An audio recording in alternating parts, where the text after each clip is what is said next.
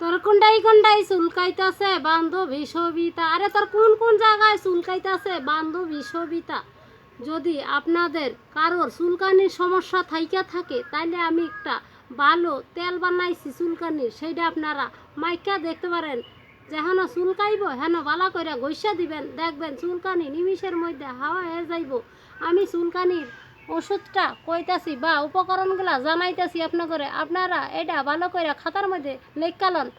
তাহলে উপকরণগুলা শুনেন।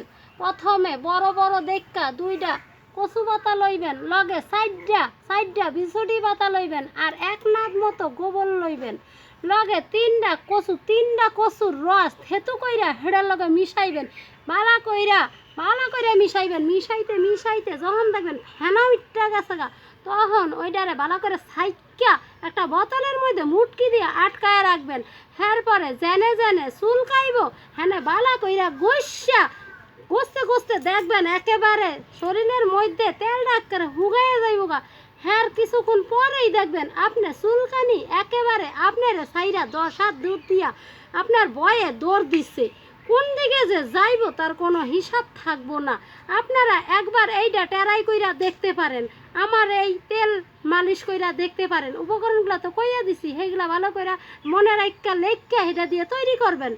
আর আপনাকে যদি আমার এই চ্যানেলটা ভালো লেগে থাকে তাহলে একটু সাবস্ক্রাইব করবেন, আর লাইক কমেন্ট শেয়ারটা ঠিক করে দিবেন। আর সুন্দর সুন্দর ভিডিও দেখার জন্যে আর হাসি পাওয়ার জন্যে বা হাসির ভিডিও দেখার জন্যে আপনারা এটাকে একটু আমার সঙ্গে থাকবেন। আর আপনাকে যদি চুলকানি থাকে, তুই কোনটাই চুলকাইতেছে বান্ধবী সবিতা, হ্যাঁ ভালো করে তুই গৈসাতে দেখবি নিমিষের মধ্যে তোর চুলকানি শেষ হয়ে যাইব।